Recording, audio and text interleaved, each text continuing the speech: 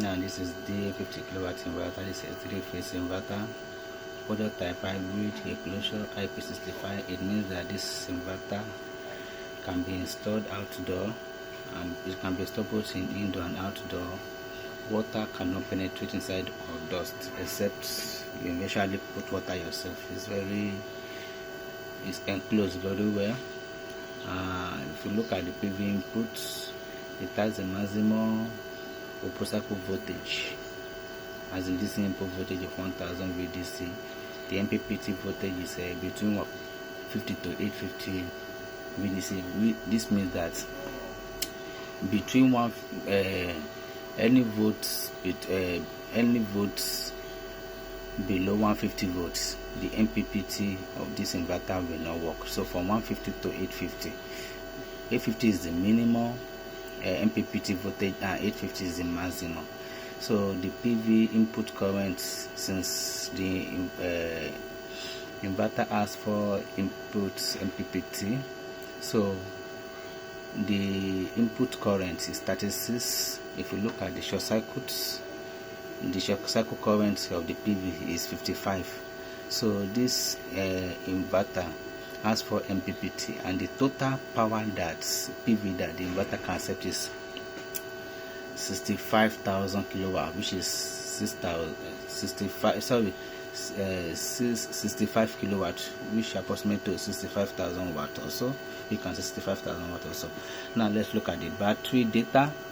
From the battery data, you see the battery type, it's lithium battery. The battery voltage, it means that it can use a minimum voltage of 160 volts and maximum of 800 volts.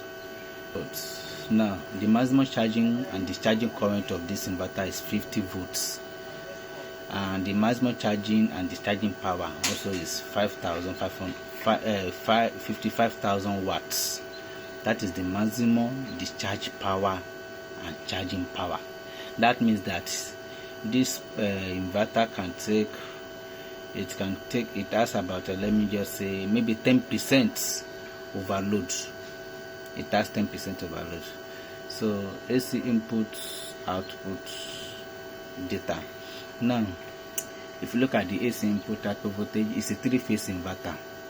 Yes, and also it can accept both 50 and 60 as frequency. AC input output filter current, so it's a 72.5 AC. The maximum AC input output current to 79.8 amps, and the AC input output rated power is 50,000 watts. Maximum apparent input output power is 55,000 VA. Maximum continuous AC to pass through. That means that maximum, like let's say something like maybe surge power is 138,000 watts, 200 amps. AC power factor is 0.8 lagging, is 0.8 leading to 0.8 lagging. Now let's look at the load capacity. So the AC output voltage, 3-phase, that is a 3-line, 1 neutral with earthing. AC output frequency, as I said earlier, 50 amps or 60 amps it can give you. So the maximum AC input current is 83.44 amps. The maximum apparent power is 55,000 VA. So peak output power and the maximum continuous generation pass through, that is 138,000 watt, 200 amps. So this inverter is a very nice inverter. It can be used. Actually, this inverter is mostly good for commercial purpose. For me, if you want to ask for my candidate advice, if you want to install it, is good for commercial, like hotel, offices, and even residential can use it too. But it's mostly good for what's it called, for commercial purpose because of its high power capacity. Understand? So that it has a lot of what's it called, solar power inputs.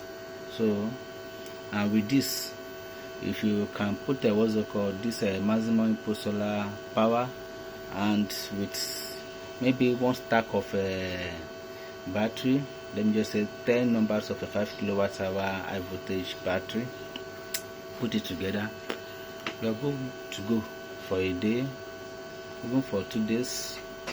You just be using your free energy. You don't even need the what's it called, the public power supply any longer. So this inverter is a very nice inverter.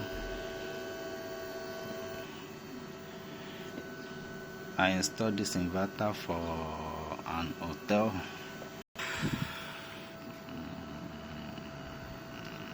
This inverter is installed for an hotel. They had been using it for more than 3 months now, and has been serving them perfectly. So